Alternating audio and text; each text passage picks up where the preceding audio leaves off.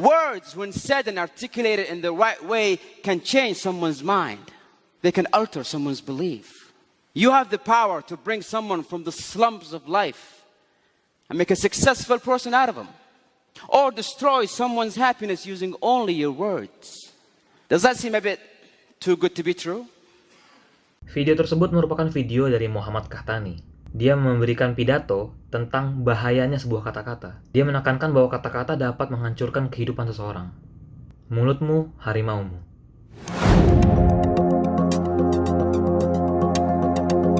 Masa remaja merupakan masa peralihan dari anak-anak menuju masa dewasa dengan cara menemukan jati diri mereka masing-masing. Pencarian jati diri tersebut direfleksikan melalui aktivitas berkelompok dan menonjolkan keegoannya. Masa remaja identik dengan masa-masa sekolah, masa-masa kampus awal, karena para siswa pada umumnya tuh sangat gampang terpengaruh oleh tren-tren yang lagi ngetren sekarang. Mereka memiliki kecenderungan untuk melakukan hal-hal yang di luar dugaan, yang kemungkinan dapat merugikan dirinya ataupun orang lain. Salah satu tindakan tersebut adalah perundungan, atau kita sering sebut sebagai bullying. Salah satu tindakan bullying yang umum terjadi di lingkungan sekolah ialah bullying verbal. Bullying secara verbal, secara kata-kata, itu merupakan sebuah celaan, sebuah fitnah, sebuah kritik kejam, penghinaan baik yang bersifat pribadi maupun rasial, gosip, dan lain sebagainya. Dari segala jenis bullying yang ada, bullying verbal merupakan salah satu yang sangat paling gampang untuk dilakukan. Karena hanya modal mulut saja. Karena hal itu, bullying verbal merupakan tanda-tanda dari perilaku bullying dan dapat menjadi tanda pertama menuju pada kekerasan yang lebih jauh. Bentuk dari bullying verbal sendiri pun itu sangat mudah dilakukan dan sangat banyak. Mulai dari mengolok-ngolok, mengejek, mengancam, menuduh, memfitnah, mempermalukan orang lain di depan umum, menyebarkan rumor yang tidak benar, berkata kasar, menyakitkan perasaan orang lain, berkomentar negatif tentang penampilan fisik seseorang, melakukan pelecehan seksual dengan kata-kata atau biasa disebut dengan catcalling, melontarkan komentar diskriminatif, dan masih banyak lagi. Dan dampak dari bullying verbal ini tuh sangat berbahaya sekali. Jadi coba mari kita lihat dampak-dampak dari bullying verbal. Nah teman-teman, terus apa sih dampaknya buat pelaku dan korban dari verbal bullying ini? Jadi dampaknya buat pelaku sendiri adalah dia merasa bahwa kepercayaan dirinya tuh lebih tinggi gitu. Jadi dia merasa bahwa dia ditakuti oleh banyak orang. Jadi dia bakal ngelakuin banyak cara agar apa yang dia mau itu terlaksana. Nah, terus dampaknya juga dia jadi dijauhi, jadi dibenci sama banyak orang. Akhirnya orang-orang jadi menjauhin dia dan dia jadi nggak punya teman. Akhirnya dari keberlangsungan dia nggak punya teman itu, dia bakal ngelakuin kejahatan yang negatif gitu. Akhirnya dia bakal ngeselin udah berbuat verbal bullying gitu ke korbannya. Nah dampak buat korbannya sendiri tuh juga nggak kalah serem gitu teman. Jadi korban ini bisa sampai dia rasa percaya dirinya tuh kurang, jadinya dia takut untuk bersosialisasi. Akhirnya dia ngerasa tertekan dan depresi. Nah yaitu membuat dia yang berakibat fatal, yaitu bisa sampai percobaan bunuh diri. Jadinya itulah dampaknya buat pelaku dan korban. Faktor-faktor penyebab terjadinya bullying yaitu faktor lingkungan sekolah maupun lingkungan sekitarnya. Faktor lingkungan sekolah meliputi karakteristik anak yang berbeda dengan yang lain sehingga mengakibatkan adanya perbedaan antar siswa, perbedaan kognitif siswa antara siswa yang pintar dengan siswa yang kurang pintar, dan adanya kelompok-kelompok bermain yang membuat siswa satu dengan yang lain kurang dapat membaur.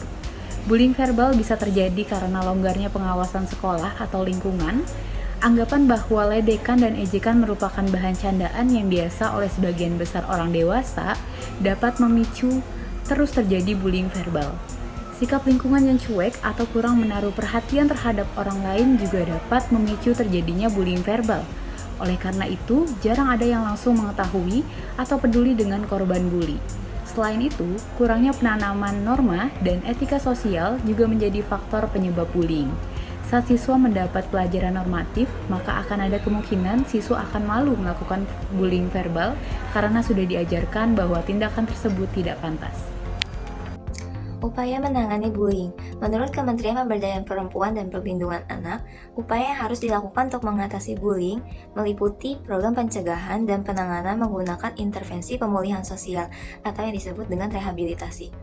Pencegahan dilakukan secara menyeluruh dan terpadu dimulai dari anak, keluarga, sekolah, dan kemudian masyarakat. Pertama, pencegahan melalui anak. Nah, pemberdayaan pada anak ini dilakukan agar anak mampu mendeteksi secara dini kemungkinan terjadinya bullying, mampu melawan ketika terjadi bullying pada dirinya, serta memberikan bantuan ketika melihat bully. Selanjutnya, pencegahan melalui keluarga. Pencegahan melalui keluarga dengan meningkatkan ketahanan keluarga dan memperkuat pola pengasuhan. Antara lain, yang pertama menanamkan nilai-nilai keagamaan, serta mengajarkan cinta kasih antar sesama. Yang kedua, memberikan lingkungan yang penuh kasih sayang. Yang ketiga, membangun rasa percaya diri anak, memupuk keberanian dan ketegasan anak, serta mengembangkan kemampuan anak untuk bersosialisasi. Yang keempat, mengajarkan etika kepada sesama. Dan yang terakhir, ada mendampingi anak dalam menyerap informasi utama dari media televisi, internet, serta media elektronik lainnya. Selanjutnya, itu pencegahan melalui sekolah. Sekolah bisa melakukan pencegahan bullying, antara lain yaitu merancang dan membuat desain program pencegahan.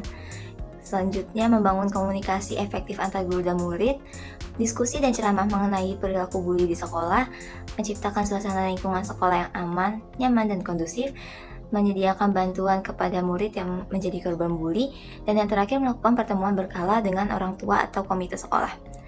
Selanjutnya yaitu pencegahan melalui masyarakat, dengan membangun kelompok masyarakat yang peduli terhadap perlindungan anak, dimulai dari tingkat desa atau kampung. Perlindungan anak terintegrasi berbasis masyarakat, PATBM sebagai contohnya.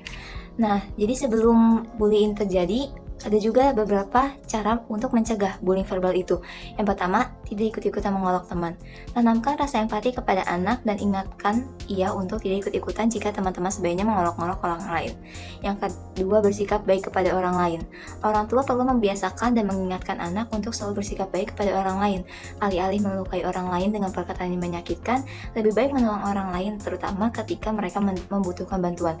Dan yang terakhir yaitu memberikan dukungan emosional kepada korban bullying. Bullying verbal ini bisa meninggalkan luka yang begitu mendalam pada korbannya. Sebagai bentuk pencegahan bully, anak-anak perlu disadarkan akan efek dari bullying. Untuk menumbuhkan rasa empati, orang tua bisa mengajak anak untuk memberikan dukungan secara emosional kepada korban bullying. Meskipun tidak dapat menyembuhkan bullying sepenuhnya, kata-kata positif sebagai bentuk dukungan kepada korban bullying dapat sangat menumbuhkan kembali kepercayaan diri mereka sedikit demi sedikit. Oke, bagian terakhir ialah cara mengatasi bullying verbal. Mengatasi bullying verbal memerlukan pendekatan yang komprehensif dan melibatkan berbagai pihak. Berikut beberapa langkah yang dapat diambil untuk mengatasi bullying verbal. Pertama, untuk korban. Apa yang harus dilakukan? 1. Bersikap tegas. Apabila kamu menerima perundungan, cobalah untuk bersikap tegas tanpa menunjukkan emosi yang berlebihan. Katakan kepada pelaku bahwa perilakunya tidak dapat diterima. 2. Jangan merespon dengan kekerasan. Hindari merespons dengan cara yang sama atau dengan kekerasan. Kenapa? Karena ini hanya akan memperburuk situasi. 3. Laporkan kepada orang dewasa. Laporkan kejadian tersebut kepada orang tua, guru, atau pihak berwenang lainnya yang dapat memberikan bantuan. 2. Cara mengatasi bullying verbal untuk orang tua. Langkah pertama, dengarkan anak. Berikan waktu untuk mendengarkan cerita anak tanpa menjudge atau menghakimi. Biarkan mereka merasa didengar dan juga dipahami. 2. Ajarkan anak untuk melaporkan. Ajarkan anak untuk tidak takut melaporkan tindakan bullying kepada pihak yang berwenang atau kepada guru mereka. 3. Berikan dukungan emosional. Beri dukungan emosional dan yakinkan anak bahwa mereka tidak sendirian. 3. Untuk guru dan sekolah. Apa yang harus dilakukan? 1. Buat program kampanye anti-bullying yang melibatkan seluruh elemen sekolah. 2. Berikan pelatihan kepada guru tentang bagaimana mengenali dan juga menangani kasus bullying. Ketiga, buat sistem pelaporan yang jelas dan mudah diakses oleh siswa untuk melaporkan kasus bullying. Oke teman-teman, jadi itu dia yang berkaitan dengan bullying verbal.